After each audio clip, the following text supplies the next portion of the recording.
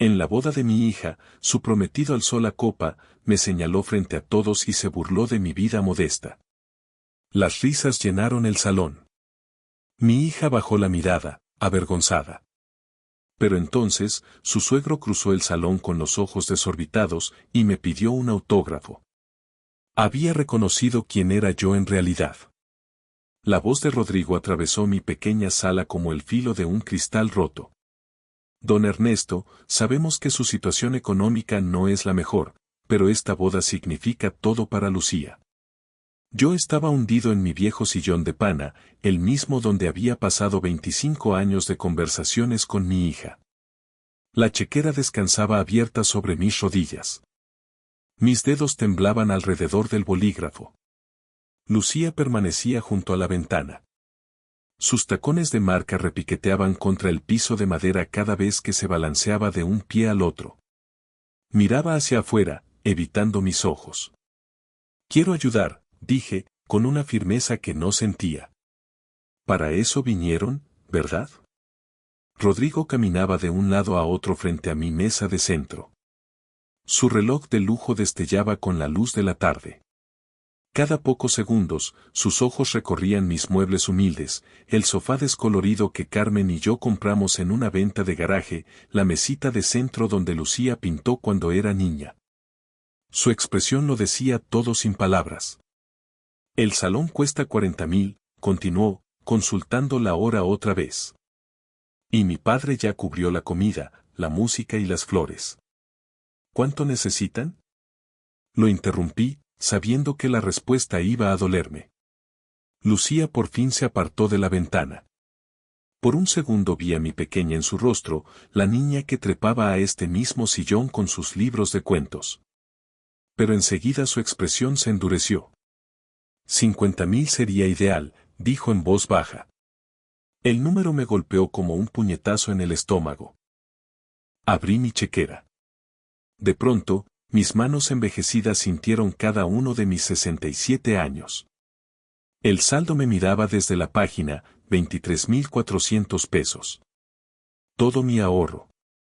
Cada centavo acumulado desde que Carmen murió. 20.000, respondí, arrancando el cheque con cuidado.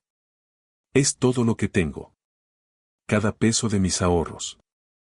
El silencio se extendió entre nosotros como un abismo. Rodrigo dejó de caminar. Abrió la boca un poco y luego soltó una risa. No fue cruel exactamente, solo genuinamente sorprendido. ¿En serio? Mi padre gastará más que eso solamente en las flores. El calor me subió por el cuello. Es lo que puedo dar, Rodrigo. Don Ernesto, corrigió él, suavizando el tono, casi con lástima. Aprecio el gesto, de verdad. Pero estamos hablando de una boda importante. Lucía merece algo mejor que esto. Su gesto abarcó toda mi vida con un solo movimiento. Las fotos familiares en la repisa. La pila de facturas sobre mi escritorio. El café enfriándose en la mesa. Todo lo que había trabajado, todo lo que había ahorrado, reducido a nada con un ademán de su mano. Rodrigo, la voz de Lucía sonó como advertencia. Pero no me defendía a mí. Lo advertía a él para que eligiera mejor sus palabras. Mire, siguió Rodrigo, ahora más suave, pero también más peligroso. Ambos sabemos que vive de su pensión y de lo poco que le quedó de sus días de músico. No se trata de caridad. Se trata de lo que Lucía necesita para su futuro. Le tendí el cheque de todos modos. Mi firma aún estaba fresca. 20.000 pesos. 4 meses de mis ingresos. El dinero que había reservado para emergencias, para reparar esta vieja casa, para las cuentas médicas que inevitablemente llegarían. Rodrigo no lo tomó.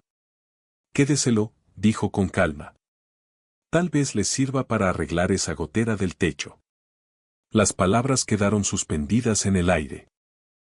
Yo nunca había mencionado la gotera a nadie. Él mismo la había visto, la pequeña mancha de humedad, apenas visible a menos que supieras dónde mirar. En 15 minutos había catalogado mis fracasos, mis carencias. Lucía caminó hacia la puerta. Sus tacones sonaron fuerte contra mi piso. Deberíamos irnos. Me levanté, aún con el cheque extendido. Hija, por favor. Ella se detuvo con la mano en el picaporte. Por un segundo pensé que voltearía, que recordaría quién era yo, lo que habíamos ido. Ya encontraremos otra solución, dijo sin mirarme. No te preocupes. La puerta se abrió dejando entrar el ruido de la calle. Rodrigo la siguió, pero antes de salir me lanzó una mirada que quizá pretendía ser simpática. Gracias de todos modos, don Ernesto. Y se fueron. El sonido del motor encendiéndose. Las puertas cerrándose. Me quedé de pie en la sala vacía, sosteniendo un cheque de 20,000 pesos que nadie quería. El silencio se apretaba contra mis oídos como agua profunda. Coloqué el cheque sobre la mesa de centro y lo vi temblar levemente con la corriente del ventilador. 20,000 pesos reducidos a un papel sin valor por unas cuantas palabras descuidadas. Afuera, el auto de Rodrigo doblaba la esquina, llevándose a mi hija. Me hundí en mi sillón. El cuero crujió bajo mi peso. La casa se sentía distinta, más pequeña, como si las paredes se hubieran cerrado después de su visita. Cada objeto familiar parecía burlarse de mí, las fotos sonrientes en la repisa, el estuche de guitarra acumulando polvo en la esquina, la pila de facturas que nunca disminuía. El zumbido de mi teléfono cortó el silencio. Me sobresalté. Busqué mis lentes y entrecerré los ojos hacia la pantalla. Un mensaje de Lucía. No te molestes en venir a nuestra boda. No necesitamos tu caridad. Lo leí una vez. 2 veces. 3 veces. Las palabras no cambiaban. Mis dedos marcaron su número, pero fue directo al buzón de voz. Su grabación alegre me pidió que dejara un mensaje después del tono. No pude decir nada. El teléfono se me resbaló de las manos y cayó junto al cheque. Mi pecho se apretaba. Cada respiración era un esfuerzo consciente. Esto ya no era cuestión de dinero. Era cuestión de perder a la única familia que me quedaba. Tomé de nuevo el teléfono. Escribí. Lucía, hija, te quiero. Por favor, no. Borrado. Solo quería ayudar. Perdóname si. Borrado. ¿Podemos hablar? Te lo ruego. Borrado. Nada sonaba correcto. Nada capturaba el vacío que se expandía en mi pecho. La incredulidad de que mi propia hija pudiera apartarme así. El mensaje se sentía como suyo, pero más afilado, más cruel de lo que jamás había sido. Influencia de Rodrigo, tal vez. O quizá era quien realmente se había convertido, y yo había estado demasiado ciego para verlo. La luz de la tarde cambiaba en las ventanas, proyectando sombras largas sobre el piso. El cheque seguía en la mesa. Mi firma ya empezaba a desvanecerse bajo la luz.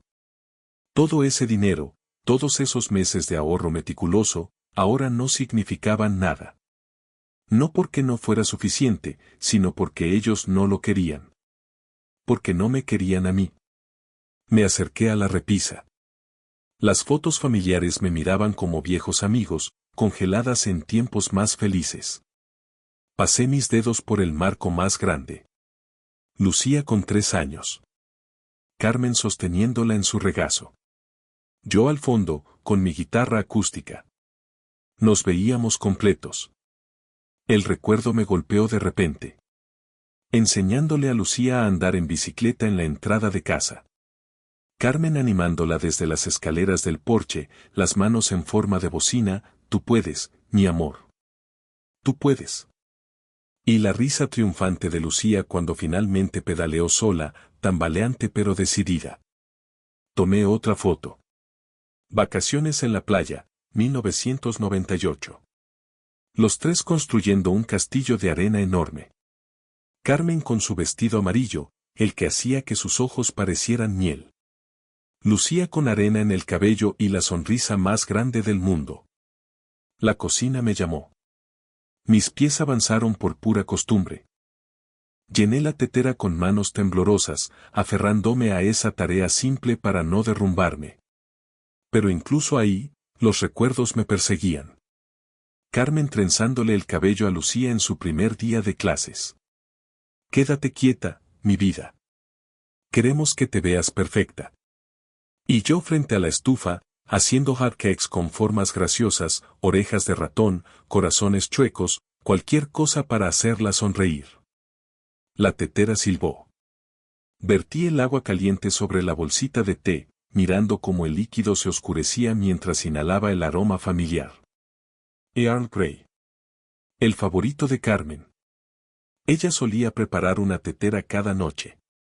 Se acomodaba en el sofá entre Lucía y yo para nuestras noches de películas. Un tazón enorme de palomitas, cobijas enredadas en nuestros pies, los tres discutiendo sobre qué ver. Tiene tu terquedad, Ernesto, me susurraba Carmen durante la adolescencia de Lucía, cuando nuestra hija subía corriendo las escaleras tras alguna injusticia que solo ella percibía. Pero incluso entonces, después de las peores discusiones, Lucía siempre regresaba. Bajaba con pasos tímidos, se acurrucaba junto a Carmen en el sofá y dejaba que el perdón la envolviera. Regresé a la repisa con mi taza de té, estudiando cada fotografía como si fueran pruebas de un crimen. Aquí estaba la evidencia de que alguna vez fuimos felices. Lucía con 16 años en su graduación, abrazándonos a los dos con auténtico cariño. Los quiero mucho, de verdad los quiero, dijo ese día. ¿Cuándo cambió eso? ¿Cuándo me convertí en alguien cuya presencia era caridad, cuyo amor era una molestia? Después de que Carmen murió, probablemente. El funeral. Esos meses terribles. Lucía alejándose como si mi dolor fuera contagioso. Ella tenía 25 entonces. Lo bastante mayor para enfrentar la pérdida, pero quizá demasiado joven para perdonarme por no poder llenar el vacío que su madre había dejado. Yo no fui suficiente. Sin Carmen como centro, como el pegamento que nos mantenía unidos, Lucía y yo nos convertimos en restos de un naufragio. Pedazos de la misma familia flotando en direcciones distintas. Tomé la foto más reciente. Los tres en el último cumpleaños de Carmen, 2 meses antes del diagnóstico. Habíamos ido a su restaurante favorito. Compartimos una botella de vino. Reímos hasta que nos dolieron los costados. En la foto, la cabeza de Carmen descansaba en mi hombro mientras Lucía se inclinaba desde el otro lado de la mesa para tomar la mano de su madre. Parecíamos invencibles. La foto se deslizó de mis dedos, reemplazada por otro marco, 2 años posterior. Carmen se veía tan delgada. Los pómulos afilados bajo la piel translúcida. La sonrisa valiente pero agotada. La pulsera del hospital brillaba en su muñeca. Recordé el olor antiséptico que impregnaba todo durante aquellos meses. Los pasillos interminables iluminados por luces blancas. El sonido de las máquinas marcando el ritmo de mi miedo. La mano de Carmen en la mía, fría y frágil, mientras el doctor pronunciaba palabras que me pesaron como piedras. Etapa 3. Lo detectamos a tiempo para tratarlo, pero es agresivo. Carmen me apretó los dedos con tanta fuerza que pensé que podría romperme. Lucía estaba a nuestro lado. 28 años, pero con la expresión de una niña perdida. El rostro blanco de shock. No pronunció palabra en toda la cita. Solo miraba las radiografías como si pudiera obligarlas a cambiar. Las sesiones de quimioterapia se fundieron unas con otras. Llevar a Carmen cada martes y jueves al hospital. Ver cómo su cabello caía a mechones. Fingir que no notaba cuando vomitaba en el estacionamiento. Ella usaba pañuelos y sombreros. Mantenía la barbilla en alto. Hacía bromas con las enfermeras. Pero en casa, cuando pensaba que nadie la veía, la sorprendía mirándose al espejo con una expresión que nunca antes había visto. Lucía empezó a visitarnos cada vez menos. El trabajo. El tráfico. Excusas. Pero yo sabía la verdadera razón, el miedo. Terror puro al ver cómo la persona más importante de su vida desaparecía pedazo a pedazo. Es demasiado joven para esto, me susurró Carmen una tarde, después de que Lucía se marchara tras una visita fugaz. Debería haber tenido más tiempo con ella. Las últimas semanas fueron las peores. Nuestro dormitorio se llenó de equipos médicos. Tanques de oxígeno. Horarios de medicación. Una cama de hospital que parecía tragarse a Carmen entera. Lucía venía todos los días al final, pero pasaba la mayor parte del tiempo en la cocina, lavando platos que ya estaban limpios, ordenando alacenas que no lo necesitaban. ¿Por qué no pudiste salvarla? Su voz, apenas audible, en el funeral. Entre el murmullo de la gente que pasaba junto al ataúd. No fue una acusación. Fue desgarro. La pregunta de una hija que siempre creyó que su padre podía arreglarlo todo. Intenté abrazarla, pero se apartó, rodeándose a sí misma con los brazos. Llevaba el vestido negro de Carmen, el mismo de su última cena juntas como madre e hija. Se parecía tanto a su madre que me dolió en el pecho. Te necesitará más que nunca, me había dicho Carmen en uno de sus últimos momentos de lucidez. No dejes que te aparte, Ernesto. Lo intentará, pero no lo permitas. Y la dejé. Cada vez que Lucía se alejaba, cada vez que inventaba excusas para no visitarme, cada vez que me miraba sin verme, la dejé ir. Me convencí de que necesitaba espacio para su duelo. Que presionarla solo la alejaría más. Ahora, sosteniendo la foto de la última Navidad con Carmen, vi con claridad la verdad que había evitado. Lucía no solo perdió a su madre ese día. También perdió la fe en mí. El recuerdo de la primera visita de Rodrigo a nuestra casa llegó sin invitación. Lucía estaba nerviosa ese día. Acomodaba cojines que no lo necesitaban. Se revisaba en el espejo del baño una y otra vez. Yo había preparado mi famosa lasaña, la receta que Carmen perfeccionó en 20 años de domingos. Así que aquí creció Lucía, dijo Rodrigo con un tono difícil de descifrar. Acogedora. Esa palabra flotó en el aire como humo de cigarro. No pequeña. No modesta. Acogedora. Toda mi vida reducida a una sola sílaba condescendiente. Caminó por nuestra sala con la precisión de quien recorre un museo, observando cada mueble desgastado, cada foto familiar descolorida, cada huella visible de lo que Carmen y yo habíamos construido en 3 décadas. Deberíamos salir a cenar, sugirió cuando lo invité a quedarse. Hay un sitio excelente en el centro. Le encantaría, don Ernesto. Lucía aceptó de inmediato. Suena maravilloso, papá. Tal vez deberíamos probar algo nuevo. Algo nuevo. Como si 30 años de cenas de lasaña fueran algo vergonzoso, algo que superar. Los vi marcharse desde la ventana de la cocina. La mano de Rodrigo en la espalda de Lucía, guiándola hacia su auto importado. A través del vidrio lo escuché hablar del vecindario, de los valores de las propiedades, de zonas con más potencial. Las visitas después se hicieron más cortas y menos frecuentes. Y cuando venían, Rodrigo lanzaba observaciones que se sentían como cortes de papel. Pequeñas. Precisas. Que no sangraban, pero que nunca cicatrizaban. Mi padre siempre dice que el valor de un hombre se mide por lo que provee, comentó una noche, mirando a su alrededor. El éxito deja pistas, ¿sabe? Después de eso, empecé a notar cómo Lucía miraba nuestra casa de manera distinta. Sus ojos se detenían en cosas que antes pasaba por alto. La mancha de agua en el techo. Las zonas gastadas de la alfombra. El goteo perpetuo del grifo de la cocina. ¿No quieres algo mejor que esto?, le escuché decir a Rodrigo en el camino de entrada. Mejor que esto. Mejor que la casa donde aprendió a caminar. Donde Carmen le leía cuentos antes de dormir. Donde celebramos cada cumpleaños y cada Navidad durante 30 años. Quizá papá debería pensar en mudarse a algo más pequeño, comentó Lucía en una de sus visitas. Miraba a Rodrigo al decirlo, como buscando su aprobación.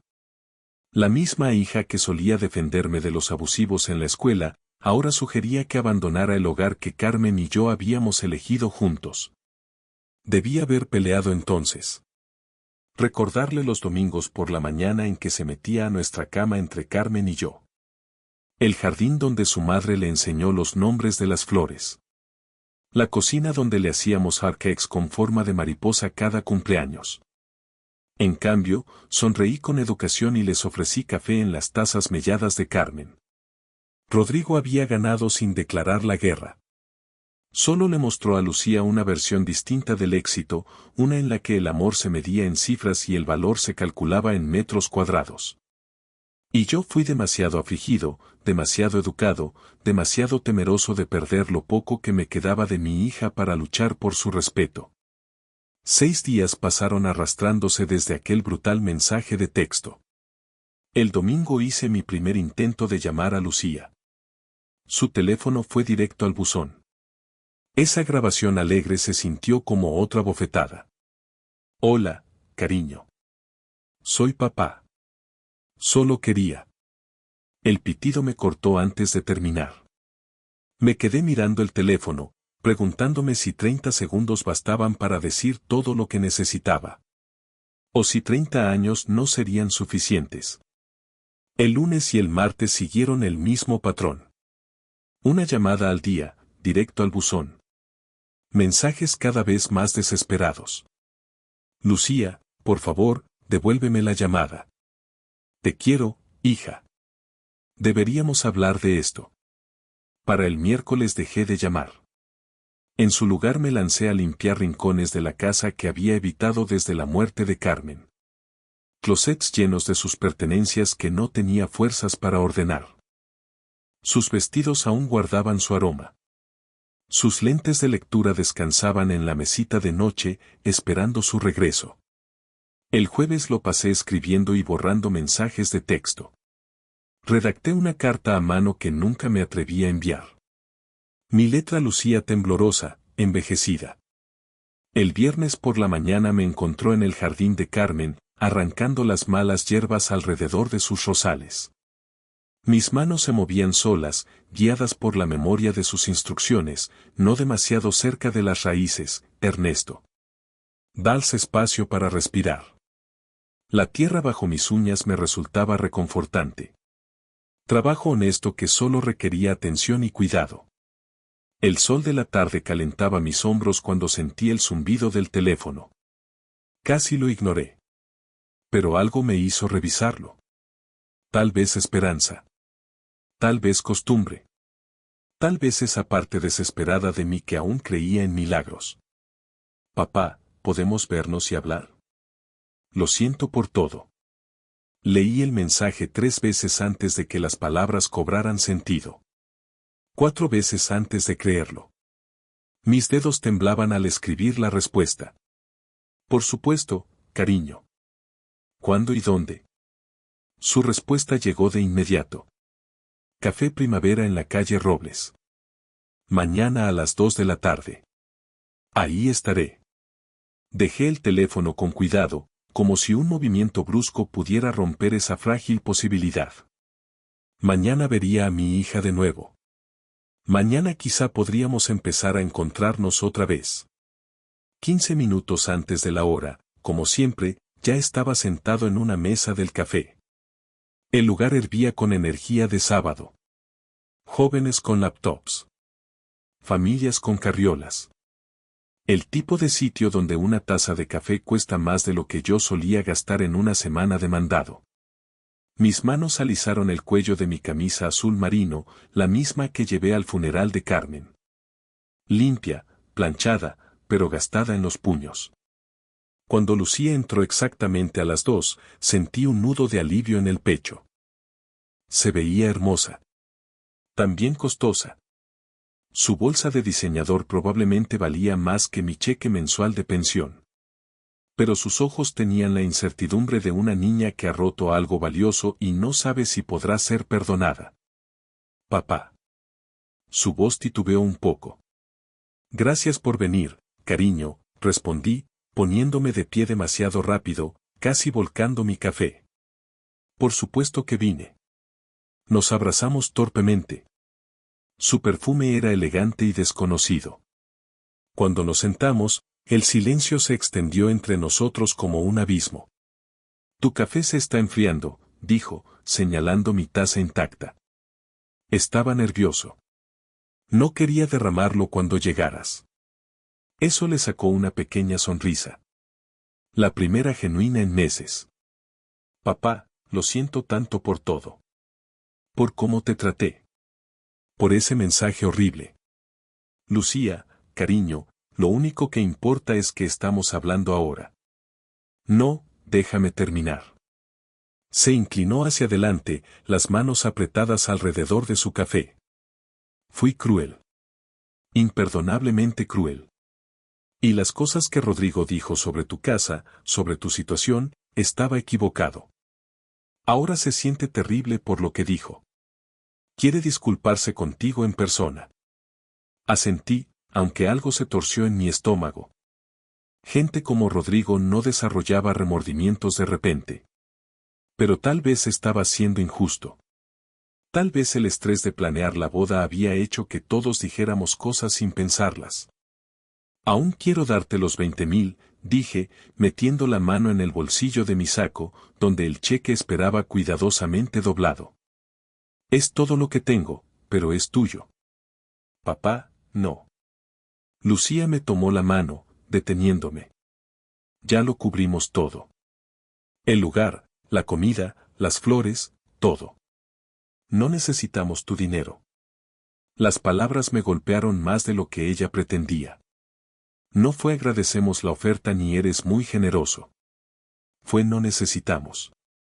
Como si mi aporte no fuera insuficiente, sino irrelevante. Quiero que estés allí, continuó, sin notar la herida que acababa de abrir. Necesito a mi padre en mi boda. Caminarás conmigo hacia él. Sentí la garganta cerrarse de emoción. Nada me haría más orgulloso. La ceremonia es el próximo sábado a las 3 en el Club Náutico La Marina. Va a ser hermoso. Unas 200 personas. 200 personas. Intenté imaginarme entre esa multitud, estrechando manos con los amigos adinerados de don Aurelio, conversando sobre inversiones y casas de vacaciones. Un mundo tan ajeno al mío. Ahí estaré, prometí. Hablamos durante otra hora. Una conversación cuidadosa, rodeando los temas profundos. Lucía me contó detalles de la boda, las flores importadas, el cuarteto en vivo, el menú que sonaba como poesía. Yo asentía, sonreía, intentaba compartir su entusiasmo. Aunque cada detalle lujoso me recordaba lo lejos que estaba de ese mundo. Al despedirnos, ella me abrazó de verdad esta vez. Lo suficiente para que pudiera oler su champú caro y notar lo delgada que estaba. Te quiero, papá, susurró contra mi hombro. Yo a ti, cariño. Más de lo que jamás sabrás. Mi viejo auto parecía un escarabajo oxidado entre los vehículos relucientes del estacionamiento del Club Náutico La Marina. Mercedes. BMW. Porsche. Autos que valían más de lo que yo había ganado en mis mejores años con la banda. El joven del ballet que tomó mis llaves logró mantener una expresión neutra, pero alcancé a ver el leve alzar de cejas cuando notó el parachoques abollado. Bienvenido al Club Náutico, señor, dijo cortésmente, entregándome un boleto. La entrada era puro mármol y cristal, con ventanales de piso a techo que mostraban una vista imposible del océano. Los invitados se deslizaban por el espacio vestidos de gala, en conversaciones que eran sinfonías de confianza y riqueza casual. Apreté el sobre con mi regalo, súbitamente consciente de cómo mi traje azul marino destacaba. Y no en buen sentido. Disculpe, ¿está con la Fiesta Valdés o con la Mendoza? Me abordó una joven con audífonos y una carpeta. Valdés. Soy Ernesto Valdés, el padre de Lucía. Su expresión cambió apenas. Un destello de reconocimiento seguido de algo que pudo ser lástima. Por supuesto. Por aquí, señor Valdés. Usted está en la mesa 12. La mesa 12 estaba cerca de las puertas de la cocina. Lejos del lugar de honor que uno imaginaría para el padre de la novia. Pero claro, don Aurelio era quien pagaba esta producción. Yo era más invitado que familia. ¿Y en qué trabaja usted?, preguntó el hombre a mi lado, extendiéndome una mano impecablemente cuidada. Su reloj probablemente costaba más que mis ingresos anuales. Estoy jubilado, dije. Oh, maravilloso. ¿Y de qué se jubiló? La conversación murió cuando mencioné mi modesta pensión. Se giró enseguida para hablar de inversiones inmobiliarias con la mujer de su otro lado, dejándome solo para observar el esplendor a mi alrededor. Meseros de uniforme negro se deslizaban entre las mesas, llevando copas de champán y canapés elaborados. Un cuarteto de cuerdas tocaba junto a los ventanales. Arreglos florales que seguramente costaban miles de pesos se alzaban como esculturas perfumadas. Automáticamente empecé a calcular costos. Un hábito que me quedó desde la enfermedad de Carmen, cuando cada peso contaba. Solo las flores representaban meses de mi ingreso. Papá. Lucía apareció junto a mi mesa, radiante en su vestido blanco. Por un momento volvió a ser mi pequeña, la niña que bailaba sobre mis pies en la sala mientras Carmen tocaba el piano. Estás preciosa, cariño, alcancé a decir, poniéndome de pie para abrazarla con cuidado. Estoy tan feliz de que estés aquí, susurró. Pero sus ojos ya recorrían el salón, atentos a los detalles que requerían su atención. ¿Dónde pongo esto?, pregunté, levantando el sobre con mi regalo. Ponlo con los demás, dijo distraída, ya encaminándose hacia otro grupo de invitados.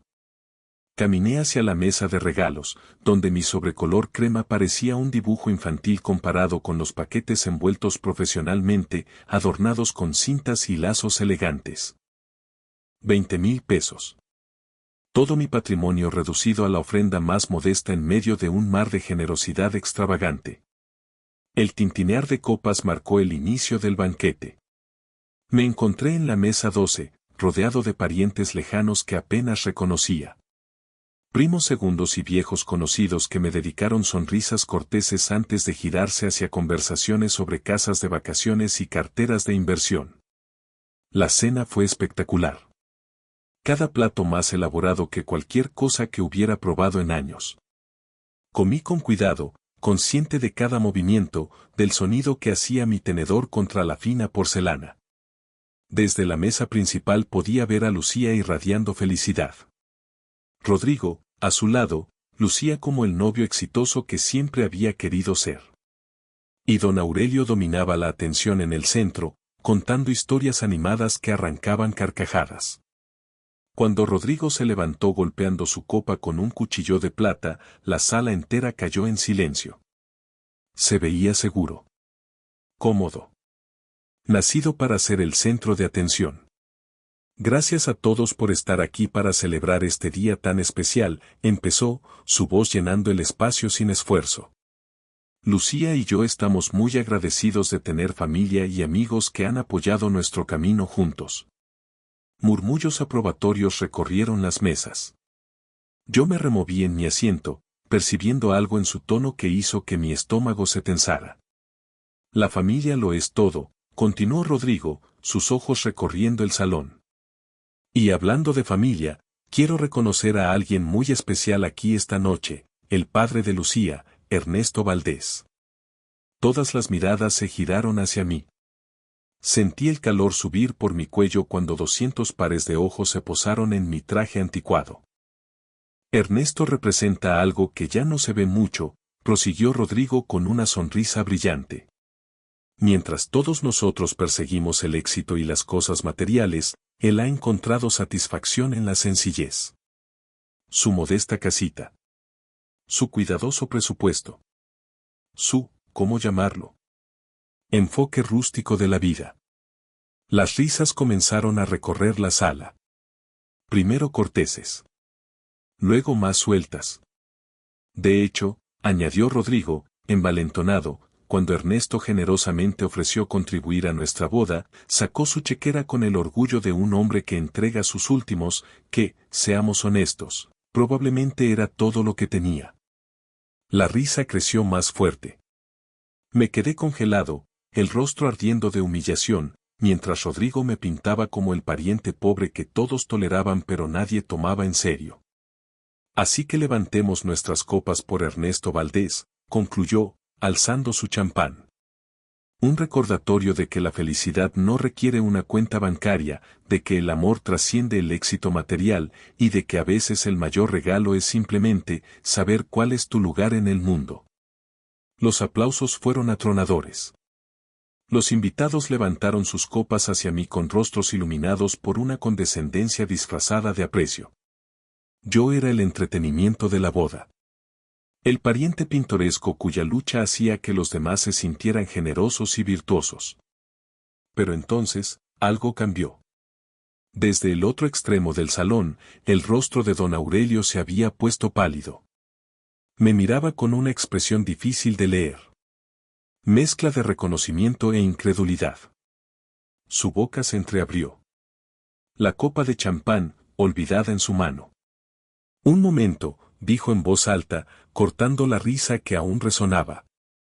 Esperen un minuto. El salón cayó en silencio, esta vez lleno de confusión. Don Aurelio se levantó lentamente, sin apartar los ojos de mí. ¿No eres tú? ¿Ernesto Valdés, de Viento Salvaje? El silencio cayó como una ola sobre el salón. Los cubiertos se detuvieron a mitad de camino hacia las bocas. Las conversaciones murieron a medias. Don Aurelio me señalaba desde la mesa principal, el rostro transformado por el reconocimiento.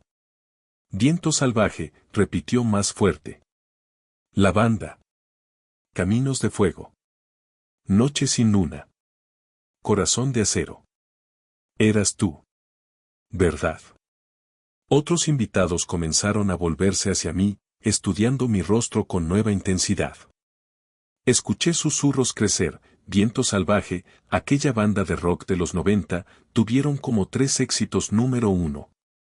Rodrigo aún sostenía el micrófono, pero su sonrisa confiada se había congelado en una mueca de pánico. Me miraba a mí, luego a su padre, como si habláramos un idioma incomprensible. Sí, dije en voz baja, aunque mi voz se proyectó clara en el silencio. Yo era el cantante principal de Viento Salvaje. La confesión golpeó al público como un terremoto. Las sillas rechinaron contra el mármol mientras la gente se inclinaba hacia adelante, viéndome no como el pariente pobre, sino como alguien cuya música había formado parte de su juventud. Lo sabía. Exclamó don Aurelio, dejando su lugar y cruzando el salón hacia mí. Los vi en el Auditorio Nacional en el 96. Primera fila. Me firmaste la camiseta de mi novia. Otras voces se unieron, la excitación creciendo como tormenta. Yo tenía todos sus discos. ¿No tocaron en el Palacio de los Deportes? ¿Qué pasó con Viento Salvaje? Me puse de pie despacio, las piernas temblorosas. La sala giraba un poco mientras décadas de recuerdos enterrados regresaban. Multitudes gritando. Estadios llenos. Contratos discográficos. Portadas de revistas. Dinero fluyendo como agua. ¿Qué pasó con la banda? Preguntó don Aurelio con ansias, ya frente a mí. Me fui, respondí con sencillez. Cuando nació Lucía, lo dejé todo. La música. Las giras. Las grabaciones. Todo. ¿Pero por qué? Gritó alguien desde el fondo. Eran enormes. Miré a Lucía, sentada en la mesa principal con lágrimas corriendo por su rostro. Entendiendo al fin la magnitud de lo que había sacrificado. Porque ser padre importaba más que ser famoso, dije. Porque quería estar ahí para cada obra escolar. Cada rodilla raspada. Cada cuento antes de dormir. Y la enfermedad de tu esposa, añadió don Aurelio suavemente, la emoción reemplazando su entusiasmo de fan. Leí sobre eso en una revista años después. Lo gastaste todo en su tratamiento, ¿verdad? El salón contuvo el aliento. Cada centavo, afirmé. La casa. Los autos.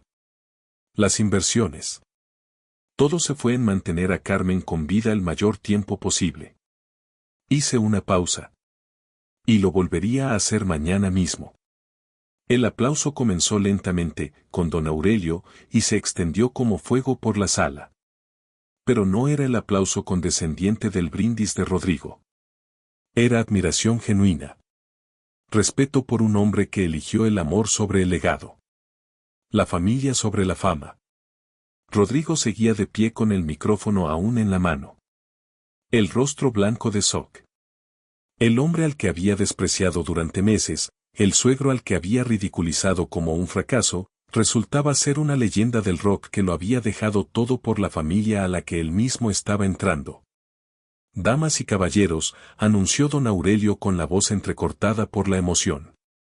Estamos en presencia de una verdadera grandeza. No la que viene del dinero o el estatus, sino la que nace del sacrificio y el amor. Los aplausos se hicieron más fuertes. Los invitados poniéndose de pie. Alguien gritó, viento salvaje. Otros comenzaron a corearlo. Ahí estaba yo, en mi traje pasado de moda, abrumado por aquella súbita inversión de fortuna. Recibiendo al fin el reconocimiento que nunca busqué, pero que de alguna manera siempre necesité. A través de la ovación, mis ojos se encontraron con los de Lucía. Anegados en lágrimas. En ellos vi comprensión, remordimiento y algo parecido a la admiración. Mi hija al fin me veía. No como el hombre insuficiente del que se había avergonzado, sino como el padre que la había amado lo suficiente como para sacrificarlo todo. Entre la ovación de pie, la vi levantarse de la mesa principal. Su vestido de novia ondeaba detrás de ella como espuma marina mientras caminaba hacia mí. El maquillaje corría por sus mejillas. Pero estaba más hermosa que en todo el día. Cruda. Real. Viéndome por primera vez con claridad después de años de mirar a través de mí. Papá, susurró cuando llegó a mi lado, su voz quebrándose en esa sola sílaba. Abrí los brazos y ella se lanzó hacia mí. Sollozando contra mi hombro, igual que cuando era niña después de una pesadilla. Su perfume caro se mezclaba con el salado de sus lágrimas. Su vestido de diseñador se arrugaba contra mi viejo traje. Pero nada de eso importaba. Perdóname, logró decir entre sollozos. Nunca supe lo que sacrificaste por mí. Nunca lo entendí. Cariño, no hay nada que perdonar, susurré, acariciándole el cabello como lo hacía Carmen. Recibí el mayor regalo al verte crecer. Cada canción que no escribí, cada escenario en el que no canté, todo valió la pena por ti. A nuestro alrededor, los aplausos continuaban. Pero se sentían lejanos. Mero ruido de fondo en comparación con ese instante que había esperado durante 3 largos años. Mi hija en mis brazos de nuevo. Viéndome de verdad. Entendiendo al fin lo que nuestra familia había significado. Rodrigo apareció junto a nosotros, aún con el micrófono en la mano. El rostro pálido de vergüenza. Señor Valdés, dijo apenas audible. Yo no tenía idea. Me avergüenzo profundamente de todo lo que dije. De todo lo que asumí. Lo miré por encima de la cabeza de Lucía. Aquel joven que había pasado meses disminuyéndome tenía ahora en los ojos un horror genuino. No la simple incomodidad de haber sido descubierto, sino la verdadera conciencia del daño que había causado. No lo sabías, respondí con calma. Pero eso no es excusa.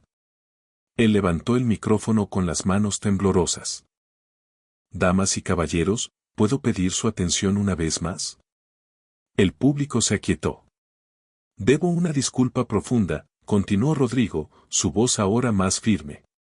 Ernesto Valdés no es solo una leyenda del rock que eligió a su familia por encima de la fama. Es el tipo de hombre en el que yo espero convertirme. Alguien que entiende que el amor y el sacrificio valen más que el dinero o el estatus. Hizo una pausa. Señor, es un honor llamarlo familia. Avanzó un paso y extendió la mano. La estreché con firmeza, viendo algo distinto en sus ojos. Ya no la evaluación calculadora de mi valor, sino un respeto sincero hacia decisiones que él apenas comenzaba a comprender. Por Ernesto Valdés. Gritó don Aurelio desde el otro extremo, alzando su copa. Un verdadero héroe. Por Ernesto. Repitió la multitud al unísono. De pronto estuve rodeado de personas que querían estrecharme la mano, contarme de conciertos a los que habían asistido, de discos que habían tenido, de cómo mi música había sido la banda sonora de su juventud.